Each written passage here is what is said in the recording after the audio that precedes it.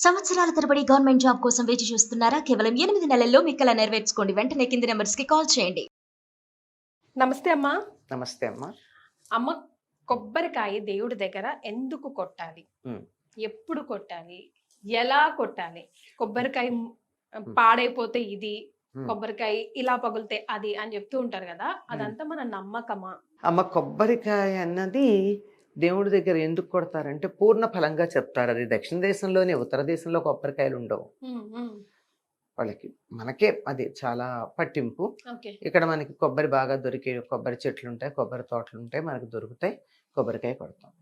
దీనికి కారణం ఏంటంటే దీంట్లో కల్తీ చాలా అవకాశం తక్కువ. ఓకే. తర్వాత నీళ్లు ఉంటాయి, కొబ్బరి ఉంటుంది. కొన్ని సందర్భాల్లో ఎక్కడికన్నా పెడితే దేవుడికి కనీసం నైవేద్యం పెట్టడానికి నీళ్లు కావాలి కదా. ఉమ్, నీళ్లు లేవు ఎట్లా అనుకుంటే కొబ్బరికాయ కొడతాం అనుకో, ఆ నీళ్లతోనే ఆయనకి నైవేద్యం పెట్టేసేయచ్చు. ఉమ్. నీళ్లు కూడా ఉంటాయి. తర్వాత దాన్ని పూర్ణ ఫలం అంటారు. అమ్మ. పూర్ణ ఫలం అంటే చాలామంది ఏంటంటే నిండుగా ఉంటుంది, బాగుంటుంది అందువల్ల అని. ఆరోగ్య దృష్ట్యా కనుక చూసినట్టయితే రోజుకు ఒక కొబ్బరికాయ, దాంట్లో ఉన్న కొబ్బరి నీళ్లు తాగి ఉమ్, కొబ్బరికాయ తింటే ఇంకా అసలు వేరే ఆహారం తినాల్సిన అవసరం లేదు. అంత పరిపూర్ణమైనటువంటి పోషకాలు ఉంటాయి కొబ్బరిలో. ఓ. సూర్యోపాసకుడు ఒక ఆయన మా చిన్నతనంలో తెలుసు. ఆయన అసలు ఎక్కడ ఏం తినేవాడు కాదు, రోజుకు ఒక కొబ్బరికాయ తప్ప. ఎక్కడికి వెళ్ళినా భుజాన కొబ్బరికాయల మూట వేసుకెళ్ళిపోయేవాడు. ఉమ్, పైగా పొద్దునొట్టి సాయంకాలం ఒకటి కొబ్బరికాయలు కొట్టుకుని ఉమ్. ఆ నీళ్లు దాకా కొబ్బరి తినేవాడు అయిపోయేది. అంత పరిపూర్ణమైనటువంటి, ఇప్పుడు ఎలక్ట్రోలైట్స్ అంటామే, అమ్మ. ఎలక్ట్రోలైట్స్ ఫుల్లీ కొబ్బరి నీళ్ళలో ఉన్నవే కదా. ఉమ్, అవి కావాల్సినటువంటి ఖనిజ లవణాలు మొదలైనవి ఇస్తాయి. ఉమ్, మిగిలిన పదార్థాలు కొబ్బరి ఇస్తుంది. ఉమ్. అందువల్ల ఒక కొబ్బరికాయ నివేదన చేస్తే పూర్తిగా పోషక విలువలతో ఉన్న ఆహారం పెట్టినటువంటి ఫలం వస్తుంది. అది ఒకటి. అమ్మ. ఇంకా దానికి అనేక రకాలైనటువంటి వివరాలు మనం చెప్పుకుంటాం. పైన పీచు ఉంటుంది, లోపల టెంక ఉంటుంది, ఆ లోపల కొబ్బరి ఉంటుంది, ఆ లోపల నీళ్లు ఉంటాయి, ఇంత కదా. ఉమ్. ఎందుకు కొబ్బరికాయ కొట్టమన్నారు? అది దేవుడి దగ్గర. దేవుడి దగ్గర కొబ్బరికాయ కొట్టడం మామూలుగా అయితే, ఇప్పుడు అరటిపండు ఉంది, కొట్టామా? కొట్టాం కదా. కొట్టం. ఇంకా దేన్ని అట్లా కొట్టే పని లేదు. ఓకే. హా. ఇక్కడ కొట్టడానికి ఏమిటి అంటే, ఆ కొబ్బరికాయ లోపల ఉన్న కొబ్బరి కానీ నీళ్లు కానీ కావాలంటే పైన పెంకు పగలాలి. అమ్మ. ఉమ్, ఆ పెంకే అహంకారం. నీ అహంకారాన్ని నువ్వు పగలగొట్టుకుని లోపల ఉన్నటువంటి నీ హృదయాన్నో నీ భావాలనో భగవంతుడికి సమర్పించుకోవాలి అన్నదానికి సంకేతంగా ఆ కొబ్బరికాయకి టెంక ఉంటుంది. ఉమ్. అది అసలు తినడానికి ఎంత నేర్పు ఉండాలమ్మా. కొబ్బరి తినాలంటే ఉమ్. ముందు పైన ఉన్నటువంటి పీచు తీయాలి, మెత్తగా ఉంటుంది. ఉమ్. అంటే లోపల ఉండే అహంకారానికి పైన అనేక రకాలైన ఇమోషన్స్ కవర్ చేస్తూ ఉంటాయి దాన్ని భద్రంగా. మరి. అది అహంకారం అని తెలియని కూడా తెలియదు, ముట్టుకుంటే మెత్తమెత్తగానే తగులుతుంది. ఉమ్. కొబ్బరి బొండం అంత కష్టంగా ఏమి ఉండదు కదమ్మా, కాయ ఉమ్, తగిలినంత ఉమ్. గట్టిగా ఏమి ఉండదుగా. ఉమ్. అంచేతన మన భావాలు, మన తెలివితేటలు, మన చదువులు ఇవన్నీ మన అహంకారాన్ని చాలా భద్రంగా జాగ్రత్త పడతాయి. నాకు అహంకారం లేదండి అంటాం. ఉమ్. అస్సలండి వాళ్ళకుంది కానీ నాకు లేదు. చాలదా ఇంతకన్నా గొప్ప అహంకారం? అదే కదా. అదే కదా. ఉమ్. ఇలా చెప్పుకుంటూ పోతే అహంకారం అనేటటువంటిది ఎన్ని రకాలుగా ఉంటుందో దాన్ని ఈ పైన కొబ్బరి పీచుందే ఉమ్. ఇది రక్షిస్తోంది. ఇది ఈ భావాలన్నీ నేను చెప్పిన, నాకు అహంకారం లేదండి, వాళ్ళకు ఉందండి, ఇదండి ఇదండి, ఇదంతా ఈ కొబ్బరి పీచులాగా పైన చాలా జాగ్రత్తగా ఆ లోపల ఉన్న అహంకారాన్ని భద్రపరుస్తూ ఉంటుంది. మరి.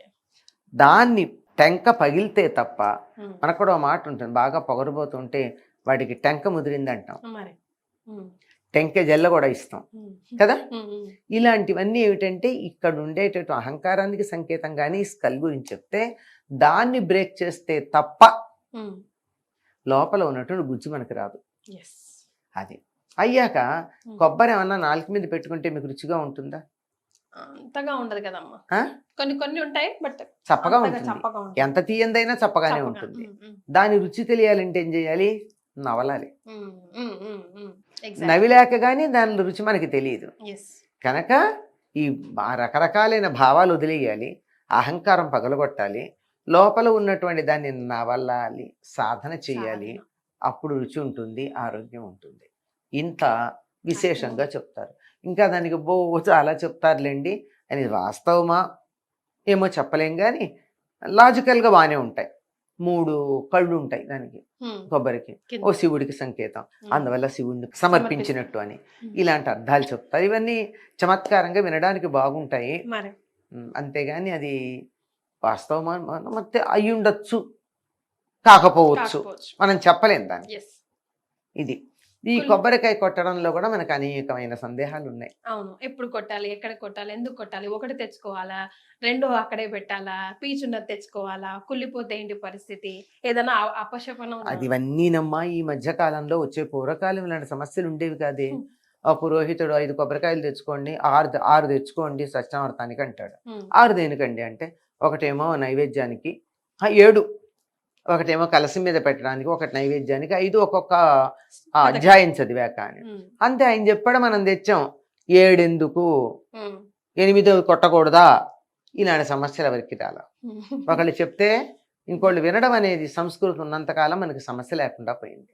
అది కాకుండా ప్రతి వాళ్ళు అర్ధ జ్ఞానం, మిడిమిడి జ్ఞానం అంటారు, హాఫ్ నాలెడ్జ్ అంటారు ఆంగ్లంలో. ఈ హాఫ్ నాలెడ్జ్ వచ్చేటప్పటికల్లా సమస్యలు రోజు రోజుకి పెరిగిపోతున్నాయి, కానీ లేకపోతే లేదు. హాయిగా దేవుడి దగ్గర కొబ్బరికాయ కొట్టమంటే ఒక కొబ్బరికాయ కొడదాం. ఏదో మొక్కుకుంటారు, అది కొడదా, 10 కొడతాను, అది కొడతాను. ఇవి మొక్కుకుంటే అది నీ ఇష్టం, దానికి ఎవరికి ఒక లెక్క శాస్త్రం ఏం లేదు. మొక్కుకి నువ్వు మొక్కుకున్నా నువ్వు చేసుకో, అయిపోయింది. కనుక ఒక్క కొబ్బరికాయే సాధారణంగా మనం కొడతాం.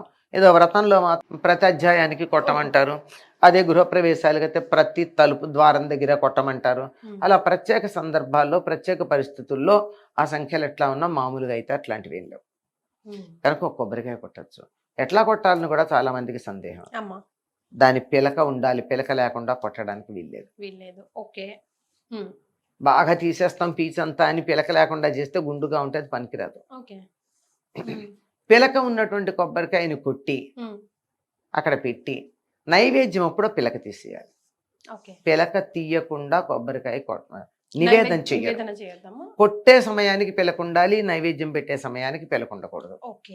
తర్వాత ఇంకొకటి, చాలా మంది చేసే పని, కొబ్బరికాయ కొట్టంగానే చెక్కలకు అటు ఇటు కుంకుమ పెడతారు. అవసరం లేదు, పెట్టకూడదు కూడా, గట్టిగా చెప్పాలంటే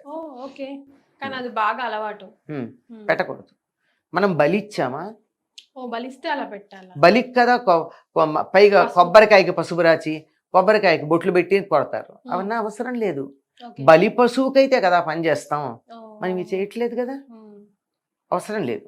హాయిగా నివేదన పెట్టండి, దాన్ని పిలక తీసేయండి, నివేదన చేసేయండి, అంతేగాని దానికి ఇవన్నీ చేయాల్సిన పని లేదు. సో ఎస్, మనమంతా కొబ్బరికాయని కొడతాం, కానీ దాన్ని ఎప్పుడు, ఎందుకు, ఎలా, అసలు అనేకమైన కమెంట్స్ లో చాలా మంది ఇప్పుడు కూడా మన ఈ వీడియో కింద కూడా మళ్ళీ ఏదో ఒక ప్రశ్న తప్పనిసరిగా అడుగుతారు. అది పిలక వైపు పట్టుకోవాలా, తోక వైపు పట్టుకోవాలా, అది కూడా అసలు కుళ్ళిపోతే ఏంటి పరిస్థితి, దాని బాగా అనుమానం అమ్మా. కొబ్బరికాయ కుళ్ళిపోయిందంటే మొహాలన్నీ చిత్ర విచిత్రంగా మారిపోతూ ఉంటాయి. ఇక్కడ ఏమైనా ఏమిటంటే, కుళ్ళిపోయిందంటే దేనికి సంకేతమో తెలుసా, కొబ్బరికాయ సెలెక్ట్ చేయడం చేత కాదని. అంతే, అంతకన్నా ఇంకేం లేదు. పువ్వు వస్తే కొబ్బరికాయని ఇలా అని చూసినట్టయితే దాన్ని బట్టి కుళ్ళిందో లేదో తెలుస్తుంది కదా, నీళ్లు కదిలిన దాన్ని బట్టి. నువ్వు చూడకుండా తెచ్చావు, అజాగ్రత్త పరుడివి, నీకు చేత కాలేదు, అంతవరకే లెక్క తప్ప దానికి మళ్ళీ విశేషం ఏం లేదు. అయితే తెలంగాణ ప్రాంతంలో మాత్రం కొబ్బరికాయ కుళ్ళిపోతే అది శుభం అనుకుంటారు, చాలా శుభంట. కొన్ని ప్రాంతాల వాళ్ళు అశుభం అనుకుంటారు. దీన్ని బట్టి అర్థమైందిగా, ప్రాంతీయ భేదమే తప్ప శాస్త్రం ఏం లేదని. పువ్వు వచ్చిందనుకోండి, చాలా మంది ఏమనుకుంటారంటే, పువ్వు వచ్చిందంటే ఆల్రెడీ మొక్క రావడానికి సిద్ధంగా ఉన్నది అంటే మనం చేసేటటువంటి పని ఫలితం వస్తుంది అని, పువ్వు వస్తే శుభం అనుకుంటారు. నమ్మకం, ఏదైనా నమ్మకం మీద ఆధారపడి ఉంది. ఇవి నమ్మకాలే, సైన్స్ అయితే కాదమ్మా. అయితే కొబ్బరికాయ కొట్టడం అన్నది ఆ పైన ఈనె మీద కొడతారు. ఇప్పుడు ఇలా 3 భాగాలు ఉంటుంది కదా, 3 ఈనెలు ఉంటాయి. ఆ ఈనెల్లో ప్రముఖంగా ప్రామినెంట్ గా ఉన్నటువంటి ఈనె ఉందే, దాని మీద కొట్టినట్టయితే ఒక్క దెబ్బకు పగులుతుంది కొబ్బరికాయ, 2 pieces అవుతుంది.